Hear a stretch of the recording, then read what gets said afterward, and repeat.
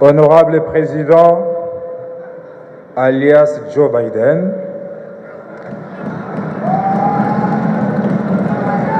honorables membres du bureau, honorables députés, chers collègues, ma présence dans cette plénière ne signifie pas que j'ai mangé la consigne de mon groupe politique FCC. Ma présence ici pour participer à ce débat se justifie par trois petites raisons. La première, je voudrais rendre hommage à un parlementaire républicain qui devait rester un modèle pour notre génération en politique. Je parle ici de Henri Thomas Lokondo.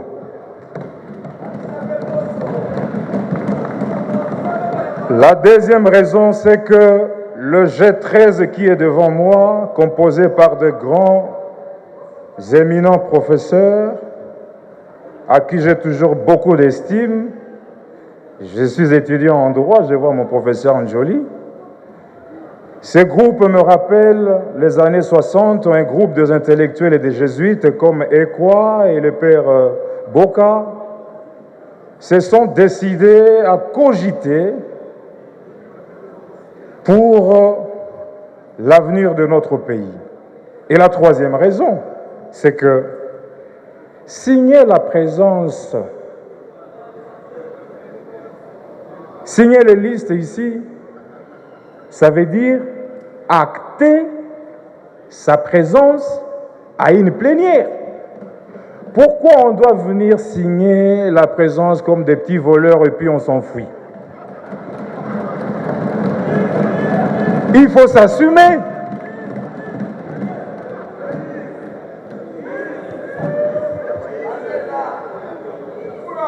Parfois, il faut être délié des allégeances politiques pour servir la République. Honorable Président, honorables députés et chers collègues, je ne vais pas ici m'engager dans un terrain juridique qui est souvent un combat des coqs. Mais je vais quand même soulever quelques observations, quelques appréciations par rapport à cette loi électorale. Tout d'abord, par rapport à l'article 12, je soutiens la suppression du seuil. C'est ce qui favorise souvent l'arbitraire de la CENI dans l'attribution de sièges. Et vous le savez tous, chers collègues, à l'état actuel, il n'existe pas de juge de seuil. Et comme conséquence, pendant le contentieux, les candidats ont du mal à prouver devant le juge l'atteinte de ce seuil. Ainsi, le juge attribue de sièges sans seuil. C'est le type du regroupement Zahir pour les élections passées. La publication des résultats, à mon humble avis, devait se faire de bureau de vote par bureau de vote. Cela pourra garantir, bien entendu, la transparence. Je voudrais aussi ici soutenir les régimes légaux pour la machine à voter. Et pour chuter, je voudrais suggérer au groupe de 13 s'ils peuvent mener une autre réflexion par rapport à l'élection de gouverneurs.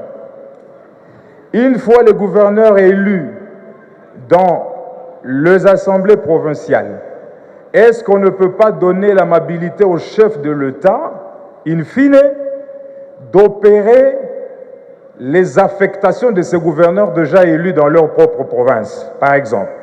Et là, nous pourrions, par exemple, garantir encore l'unité comme le maréchal Mobutu. J'ai dit, honorable président. Applaudissez les collègues.